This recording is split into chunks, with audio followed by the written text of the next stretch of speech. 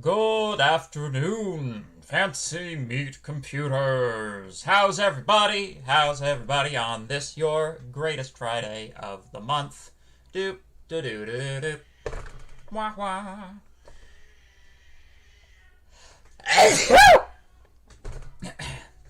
Pardon me.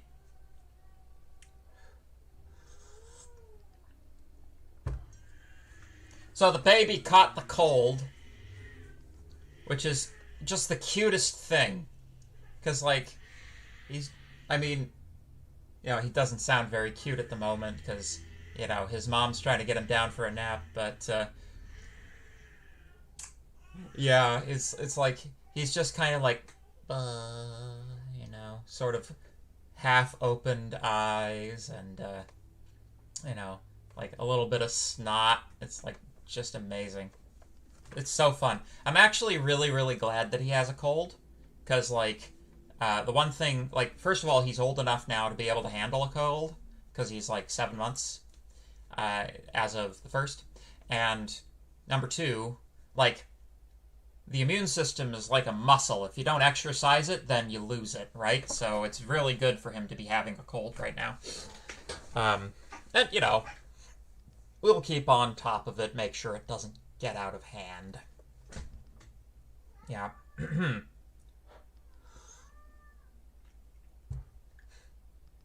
So, so how are you guys this week? How's this week going for you? Got 3 midterms over the weekend, plus 2 assignments. One of them databases, something like that.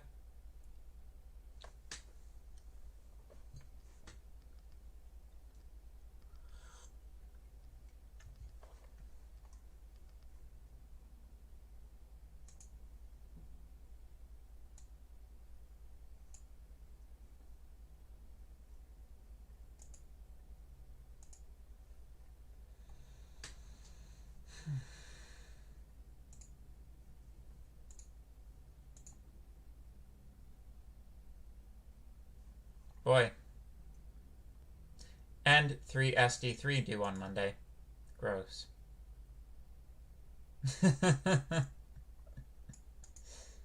Yeah. That's okay. We've got like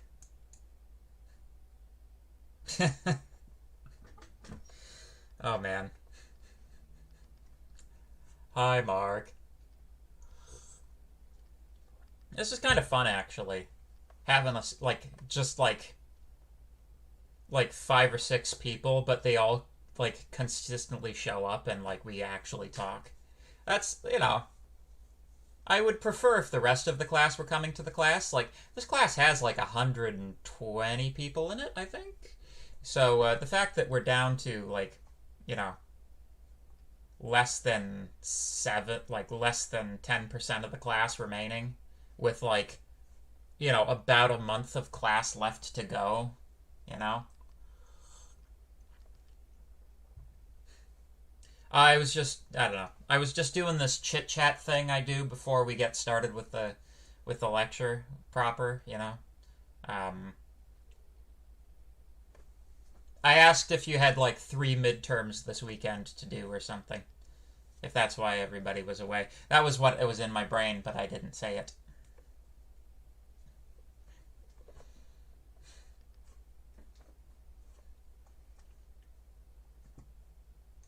Hmm. Okay. Well, might as well get started. So, just to recap where we were going last time.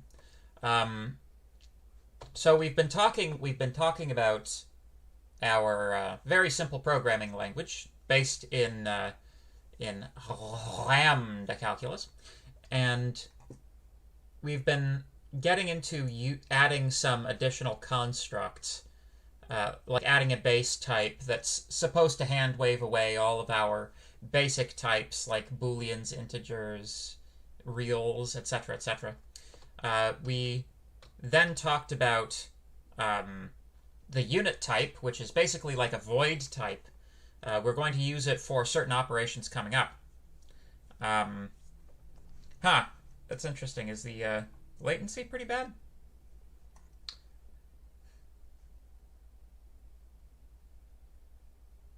Hmm.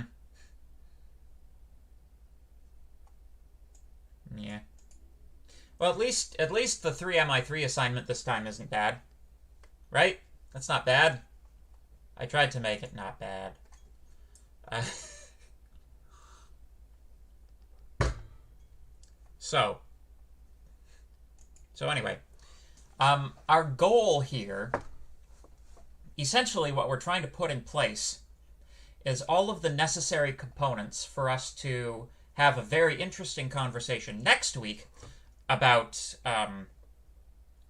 putting assignment into our programming languages, essentially. Because, well, we're not just doing assignment, right? We're doing all of the stuff that is around... Oh, yeah, full screen. Yeah, thank you. All of the stuff that's around assignment as well, like, references. We're going to be talking about references. But, before we get there, we need to formalize some things. And one of the things that we need to formalize is sequencing. So sequencing is it's the thing that programming statements do. It's the way that you compose multiple statements into a program is using sequencing. So, pretty important piece of programming prowess, if you ask me. Might just be my typing speed and reaction speed adding a delay. Yeah. Poor Mark. So, let's see, how far had we gotten with this? Yeah, okay. So, again, just quickly to recap. So languages that have side effects. So most programming operations that you think of as being programming operations are what we would consider in this course to be a side effect. And that's the same in Haskell. Haskell also sort of thinks of these things as side effects. Side effects can be like anything from interacting with the RAM, interacting with a network, interacting with the display, interacting with a printer, interacting with other processes running on the computer. Like all of these types of things that step outside of the program itself, these are all considered to be side effects. So, given that most of we're not necessarily interested in the direct return result of most of the operations that we perform when we're computing, it will be useful to be able to compose many of them at one time. So, we're going to use semicolon as the sequencing operator. Semantically, we want the semicolon to execute the term T1, throw away its trivial result, and then execute T2. Now, the trivial, like T1, will hopefully have some other impact, like it'll write to memory or something,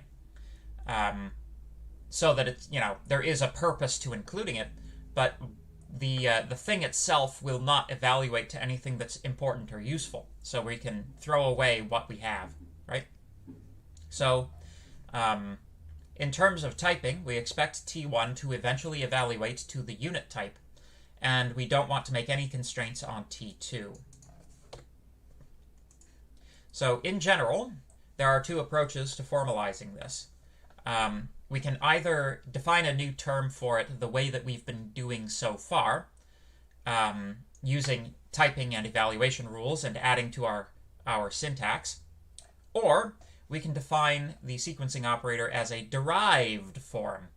That is, we will define it using our existing terms, requiring no new evaluation or typing rules.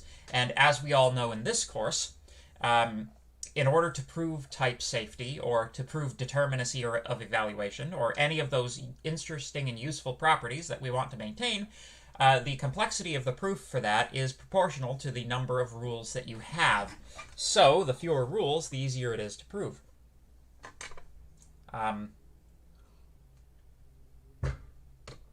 Very good. So just to understand the semantics of the semicolon, let's, I think I already did this last time, but let's just go over it again very quickly. Because I feel it's always useful to have like a recap at the beginning of class, especially if it's the first class after the weekend. But anyway,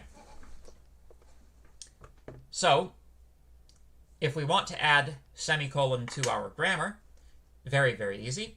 We just have term, semicolon, term, tacked on to the end.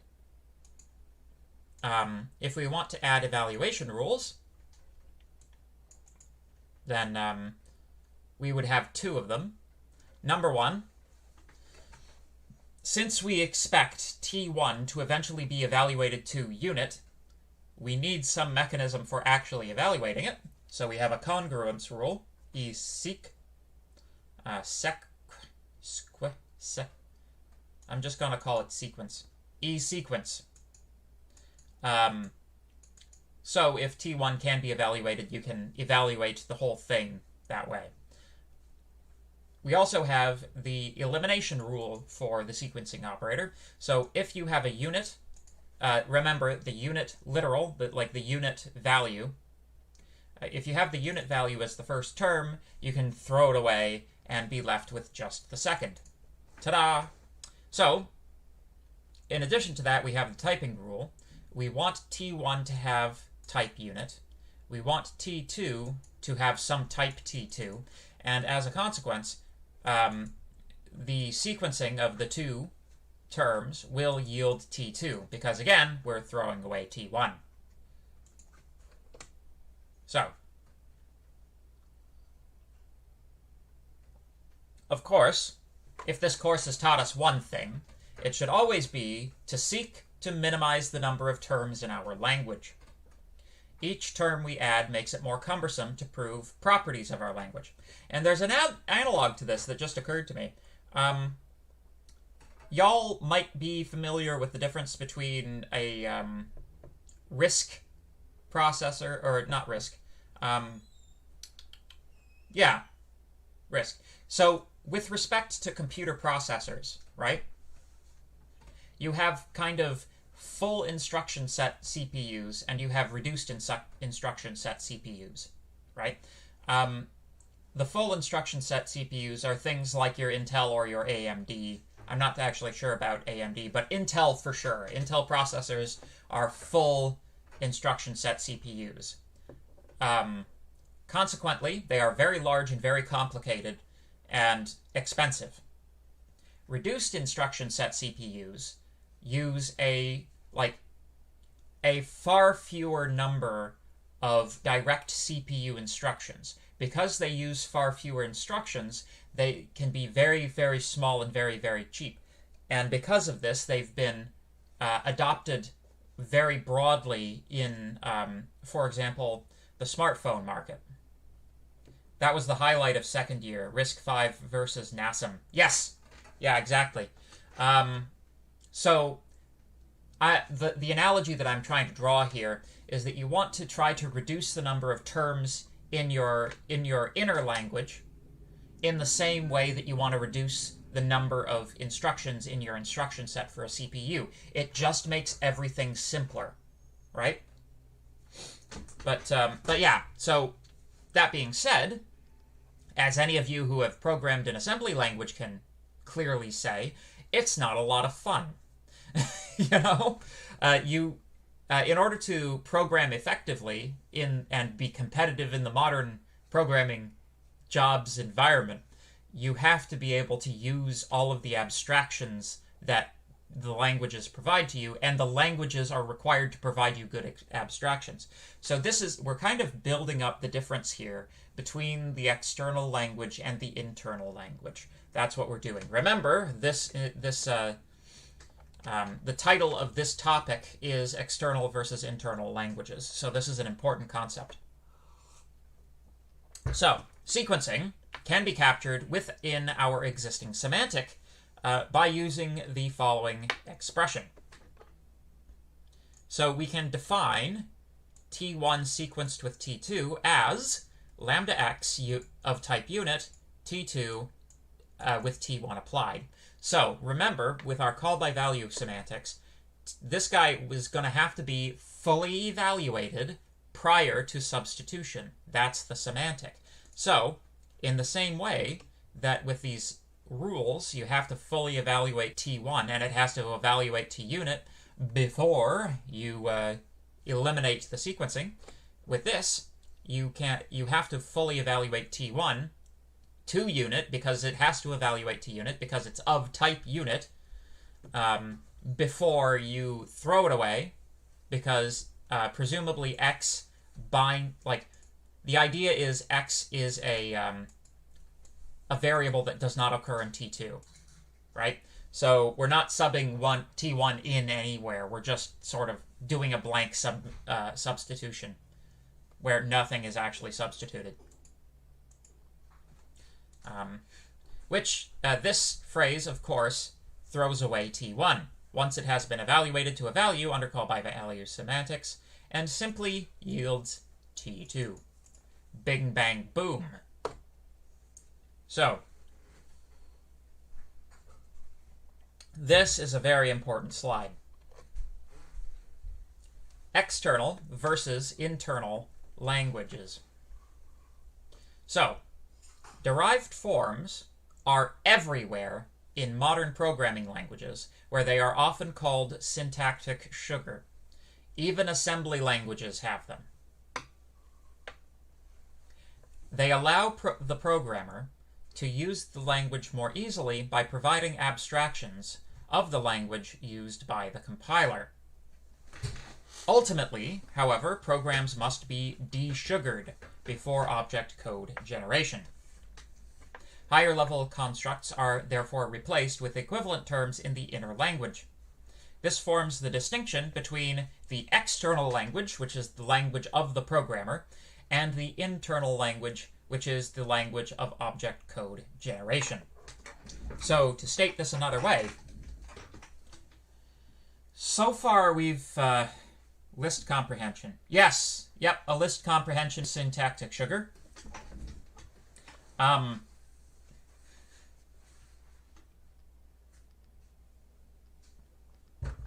Absolutely. My classical example that I like to go to for syntactic sugar is array index access in C, because array index access is actually replaced by the C compiler with pointer dereferencing with offset, right? So it actually, like, it replaces it directly with, like, you know, if you had array at 4, it would be array plus 4 dereferenced. Like that's the actual syntax. Like it actually does perform that replacement.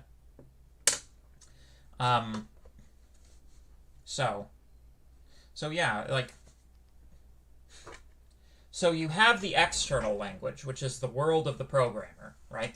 And most people only have to be concerned with the external language, right? You can think in the external language and do perfectly well with your programming practice. However, if you're gonna make a compiler, you have to understand the difference between that which you are presenting to the user and that which is actually being turned into machine code. And again, you want to try to minimize the inner language and maximize the external language.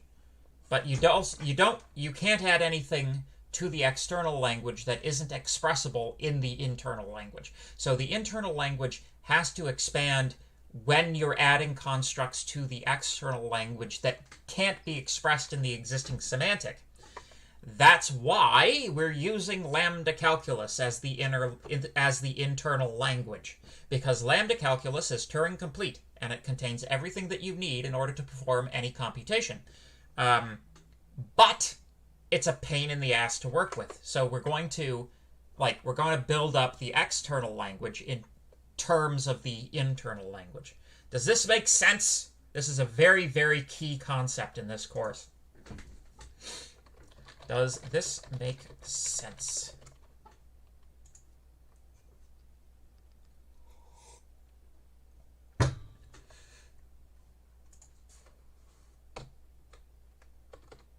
So,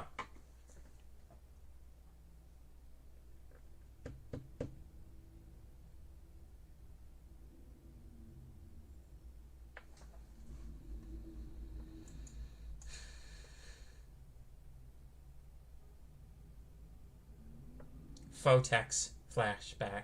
Yeah. Okay. If this doesn't make sense, then do you have a question?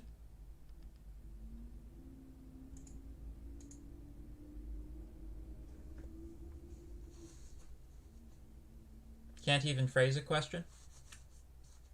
Actually, like, nearly 80% is a pretty good hit rate, but Oh, you're killing me. I'm getting ratioed hard.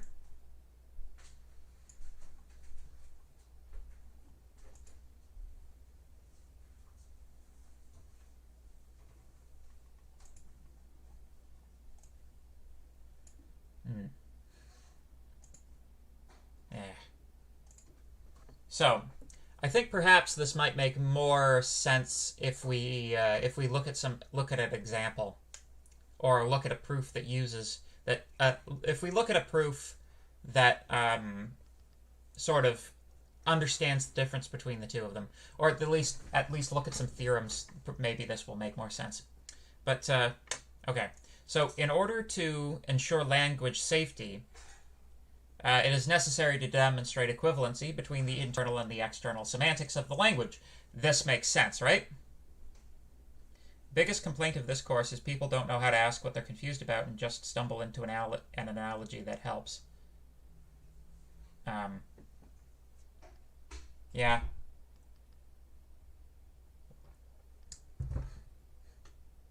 Like how I turn everything into Python examples. Yeah. It's difficult because, like, with this course, we're operating at such an abstract level. Like,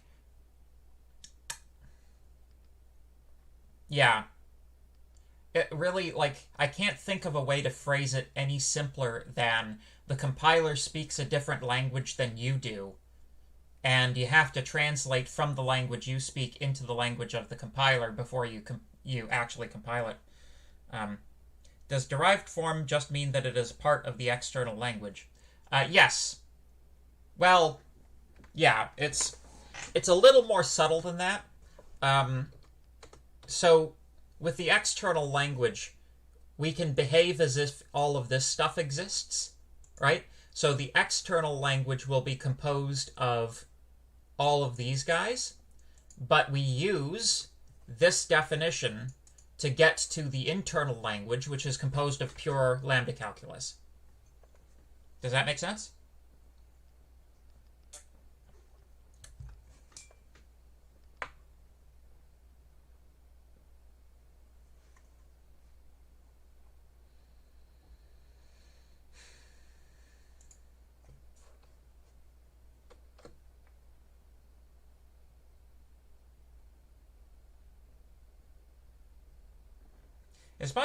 Is my lag? Yeah. Stream latency is supposed to be low latency. Anyway, good. I'm glad. All right, so yeah, it's correct to think of it like in the particular case of sequencing, the external language contains the sequencing term, but the internal language does not. The internal language represents the same operation using the lambda expression, right? So the internal calculus does not require you to add these terms and all of this stuff because it can be expressed with lambda calculus purely, right? But it's useful to have this stuff. So that's what the external language is going to be composed of. So,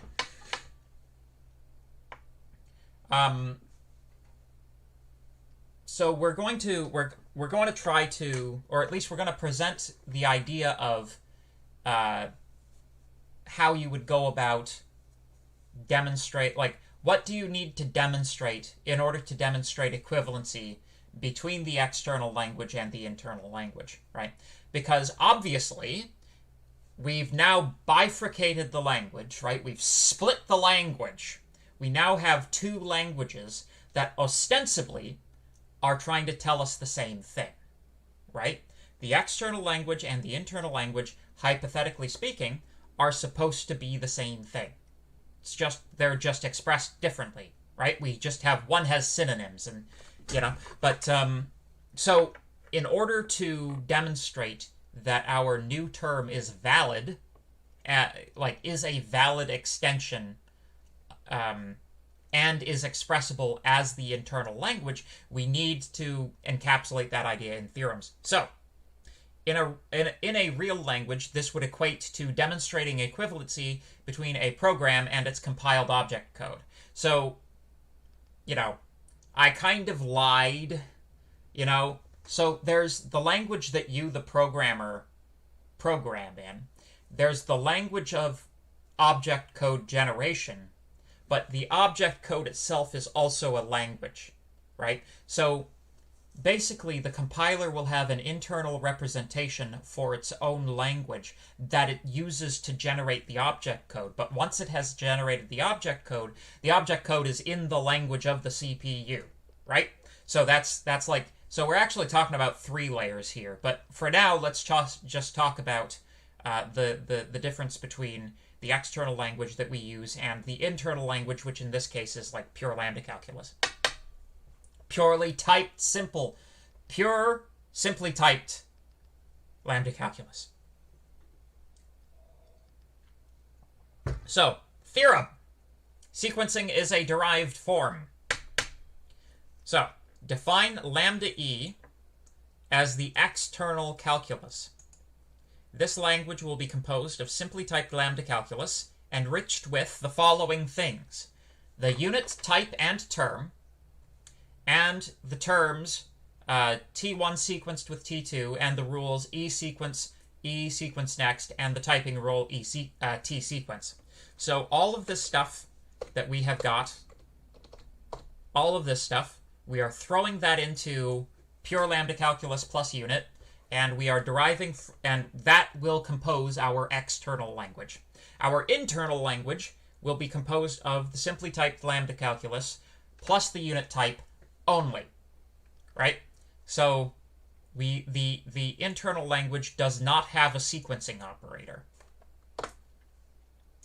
So if we define E being an element of the relation of a relation from lambda e to lambda I, that is an elaboration function.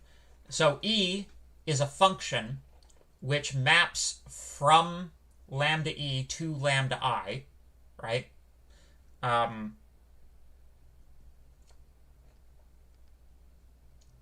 Yes. So let's have that, right? Let's have this E. This E now exists. We bring it into existence.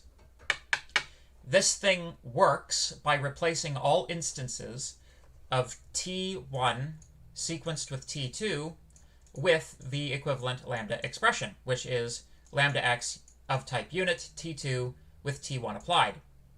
For each term T of lambda e, we then have, if T evaluates to T prime under the external calculus, we can say that the elaborated form of T evaluates to the elaborated form of T prime under the internal calculus. So the superscripts over the arrows indicate we are evaluating using the external calculus, we are evaluating using the internal calculus. In the same way, we now have superscripted turnstiles. So turnstile superscripted with E means this is type correct under the external calculus, and turnstile with the I superscripted is this is true under the internal calculus, right? So, again, if you have some term evaluating to T if you have some term T evaluating to T prime under the external calculus, if you convert both T and T prime to their internal representations, then they will evaluate under the internal semantic. And an interesting thing to note here is that this is an if and only if relation, right? So it's true one way, and it's true the other way. So if you start off with two terms, of the internal calculus, and you sort of reverse elaborate them, then they would evaluate to equivalently under the external calculus, right? So this second one, pretty similar to the first. If we have a term having some type t under the external calculus, then that term, if you took the elaborated version of that term under the internal calculus, that would still have type t, right? So, for equation 11, if a term has some type t in the external language, its internal representation will have the same type, and vice versa, right? So, this is true because we didn't add any new types with this derived form, right? You can't add a new type and have it be a derived form. That doesn't work for this exact reason.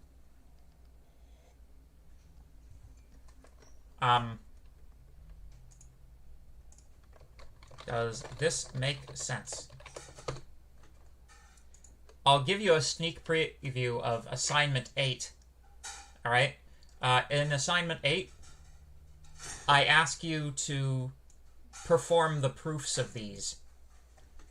4 questions.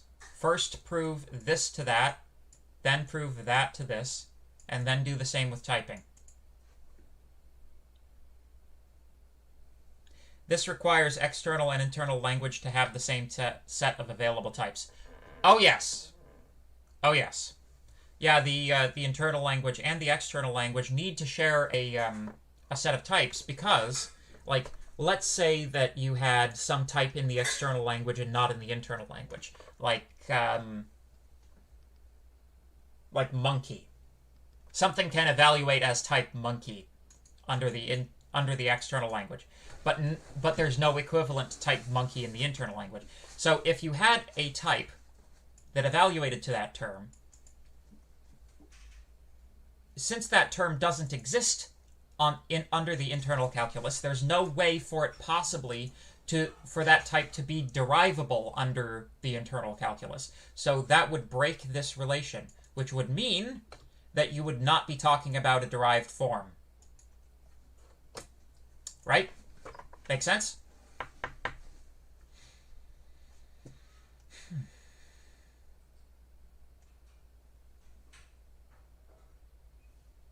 Cool.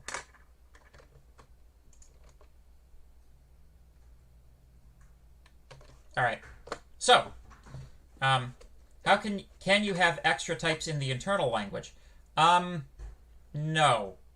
Same problem. Or this is bidirectional, right? Same problem.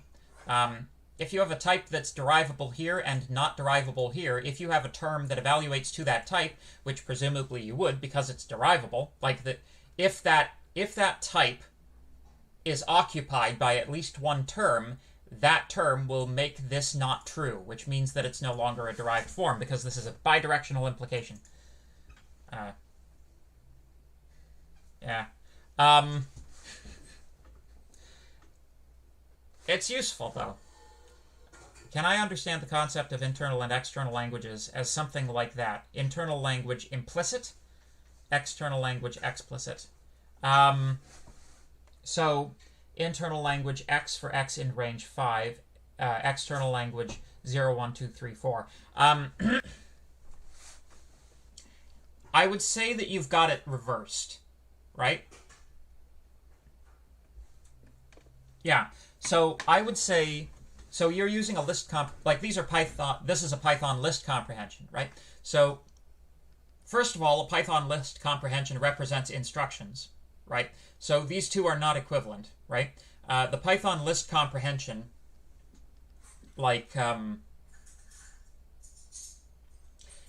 you for loop over the range and then produce the result and it gets stored in a list, right?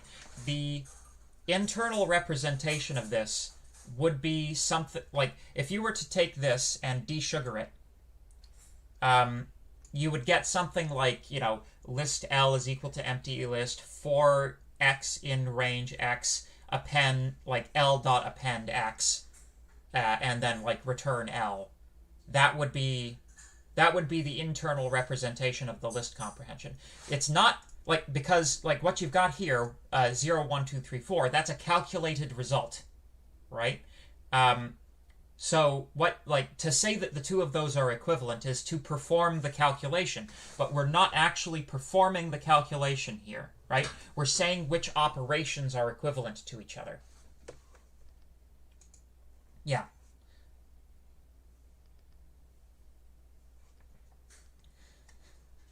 So internally you would have empty list and append, nothing else.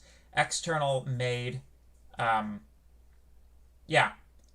So yeah. So the external, like, if you think of a list comprehension in Python as being the external, being the syntactic sugar, being an element of the external language, that would get broken down in terms of a for loop. And of course, you do know that for loops are also syntactic sugar, right? So that would eventually get broken down into a while loop, right? But yeah, so so it's an important thing to understand that, like, when you're thinking about internal versus external languages, don't think of it like outer shell, inner shell. Think of it as like subset, superset, right? So the internal language has all kinds of programming constructs that are still available to you as the programmer, typically, right? Like going to our array access in C example, you can perform the desugared operation, right? You can use pointer arithmetic plus dereferencing. You can put that in there, right? It's still available to you. It's still it's still available to you inside of the, like, you as the programmer still have access to it, even though it's of the inner language. The external, the outer language contains a bunch of stuff that will eventually be resolved into the inner language before it's sent off to be compiled. Internal is like kind of a closure. It is the minimal set of operations to function as a language. That's like the design. That's the design inspiration behind an internal language. Yes, is that you want your internal language to be the smallest working set of operations that expresses everything, because that's the easiest thing to work with.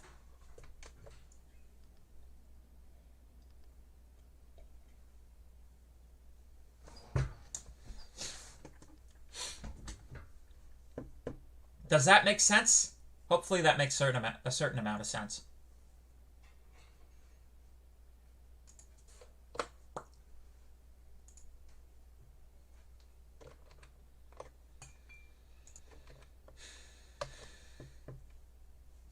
So, seeing as the questions have kind of... Yeah, there we go.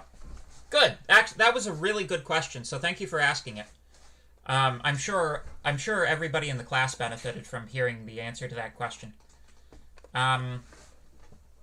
So let's leave sequencing aside for now. We'll come back to it when we talk about referencing. Let's talk now about a process known as ascription. Sorry, ascription.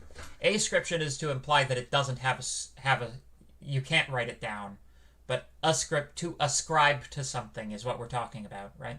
So we're placing information down. That's what ascription is. So far, we have only given explicit typing information with lambda abstractions, but most languages support the ability to ascribe types to existing terms. This is related to the idea of casting in C or C++, but it works kind of more like a type assertion in the language that we're currently dealing with. So we want a new term, T as type T, to read the term T to which we ascribe the type T. All right? So we will present ascription semantics as a new term of the language, and in the tutorial next week you'll find out how it can be expressed using a derived form. So, here we go. So, adding a new term, T as type T. This is the term ascription. We have some new evaluation rules. So, v1 as type t evaluates to v1.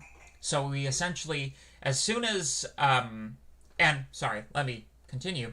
We also have ascribe1, which if you're performing an ascription over a term that can be evaluated, you evaluate it first down to the level of a value, and then you throw away the ascription. So in that sense, it's actually rather, like, this is very similar to the idea of sequencing, right? But in this case, rather than throwing away the result and moving on to another term, we just have the result. And we throw away the typing information. We also have a typing rule, which is, if we already have as a premise that T1 has type T, then we can say that the ascription of T1 as type T has type T as well. So there are some subtleties at play here, which are very interesting, because like this is one where unless you understand the subtleties of these typing rules, you're not, like, ascription means something completely different. So, like, we're not typing arguments to a function, right? That's not what this is about. This is like using the type system to check to see if a term has a particular, to see if a term has a particular type. What we, like, it's a little bit subtle, because what we're interested in here is mostly terms that wouldn't type check, right? This is a fairly stupid thing. Like, you would expect the type of something that has been ascribed a certain type to be that type, right? But if you, like, there are two subtleties, basically. Number one, it won't type that way unless the term was already typable as that type. And number two, we have to fully evaluate it before we can determine it, right? Before we can throw away the ascription. So, in the above semantics, we have two evaluation rules and a typing rule. We have the congruence rule, E ascribe 1, and elimination rule, E ascribe. The evaluation works similarly to E sequence next. Once T has been fully evaluated, the next step is to throw away the ascription. The typing rule T ascribe, which types an ascription term as the type being ascribed. Note the antecedent. A type ascription is only well typed if T1 was already derivable from gamma, right? Wait, what? So, if a type ascription, T as type T, gives T the type T, how could T not be well typed? Like, shouldn't an ascription force T to be well typed? I don't understand what's going on here. So, it depends on how you how you understand ascription, right? If ascription behaved as stated above, which is what I thought actually the first time I read this section, we would be adding, like, the idea would be to add typing information to gamma and then move on with our lives. It's kind of like an assignment operation over types, but that's not what's actually going on here. According to the given semantic, type ascription doesn't give the term T a type. It checks that T already has the type T. Ascriptions, so why are they useful then? This seems a lot less useful than being able to make a type assertion, right? Or to be able to assert, well, assertion is actually, like, the way that assertions work is actually a better analogy. But to be able to make type assignments seems useful. Why can't we do it? Well, ascriptions are most practical when it comes to polymorphic types, which is something that we're not going to cover really in this class, but it's still something that you should know that exists. So, a polymorphic type is when one term can have a set of different types and not just one single type, right? You can use ascription to select from among the types that are possible for a term, right? But, so it's like, in that context, it does kind of feel a little bit like type assignment, but type assignment from an already pre-selected, subset of types. Otherwise, ascription is primarily used for documentation. It can be used to so if you're writing large expressions, it can be easy to lose track of what type every sub-expression within that expression should be. By ascribing a type and running the type checker, you can actually make sure that a term is the type that you think it is, which is probably going to affect your decisions about what operators to perform with it, etc. So let's see, how are we doing for time? I've got 4 minutes left. So, any questions about ascription? Any questions about ascription?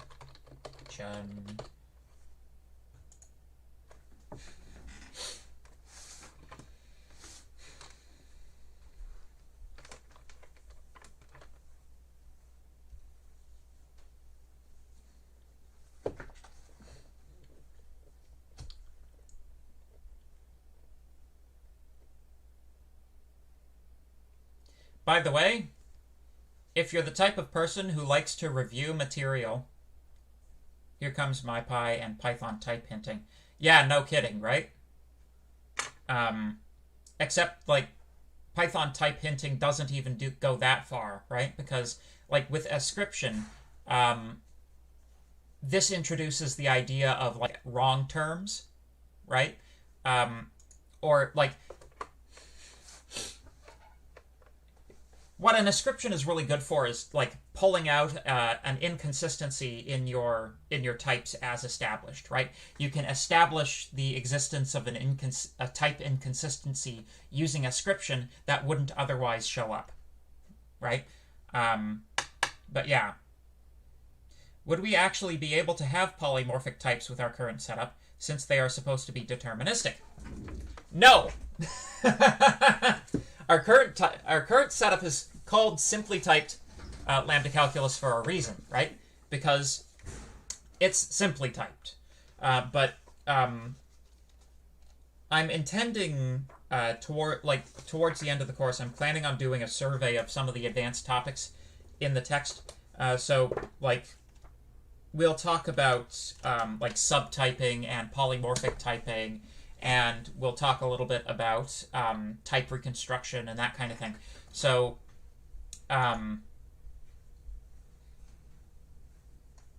yeah.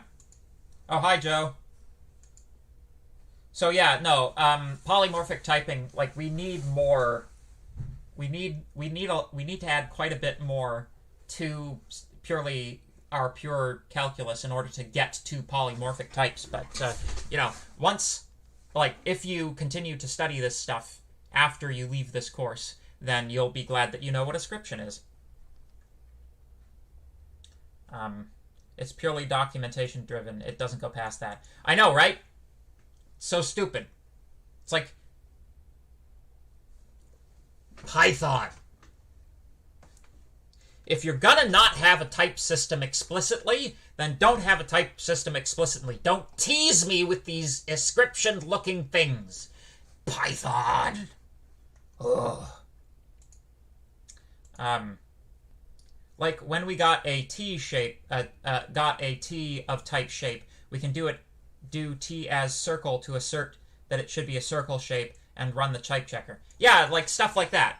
Yeah, like so if shape is like, a set that contains like circle, rectangle, whatever, all of your different possible shape types, then yeah, you could assert T as a circle, and from that point forward, T would be a circle, right? But before that, it's kind of like Schrodinger's it's like Schrodinger's variable, until you look at it, you don't know whether it's a a circle or a square.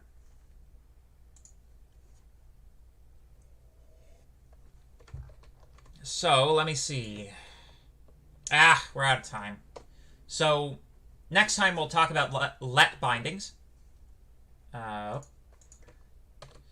Next time we'll talk about let bindings, which is going to be fun. Let bindings are like they're within spitting distance of actual assignment operations. So we're getting there. I swear to you, I'm gonna teach you guys how to do stuff with real languages before the end of this course. Missed the whole lecture, came for the philosophy tidbit. Yeah, okay. Alright. Just a quick one though, because I have to, I have a bunch of academic dishonesty, meetings after this class, which is gonna be fun. I think I left my book in the other room. Give me 1 second.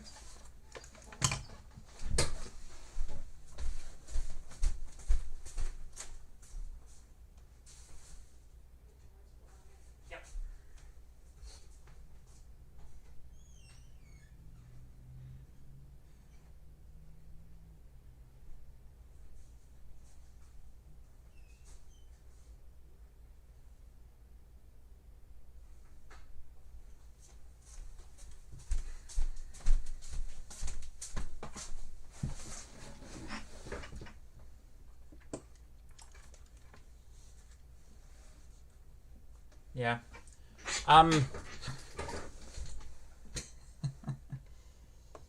Yeah, Joe, that's pretty much exactly what happened. Yeah. I'm not even going after the marginal cases. I've got more than enough people just submitting exact duplicates, you know? Hey. Alright. Let's see here. Let's try a short one.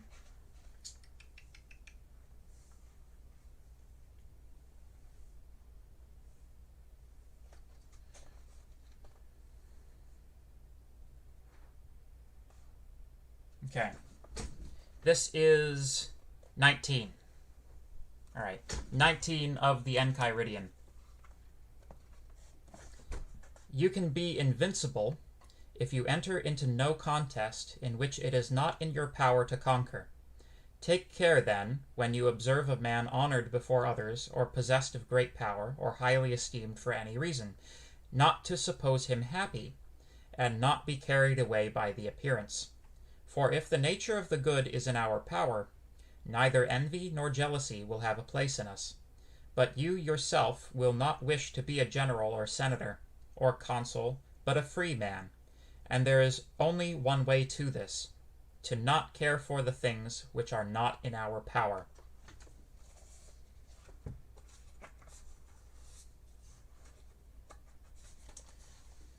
How could you not know that wouldn't work? I don't know. Maybe because your entire grade 12 you did in online and the high school teachers weren't checking for it or something. I don't know.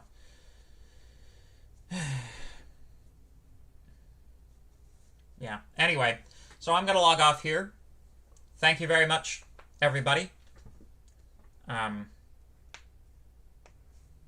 Yeah, the size of the program has been increasing year on year as well, but yeah.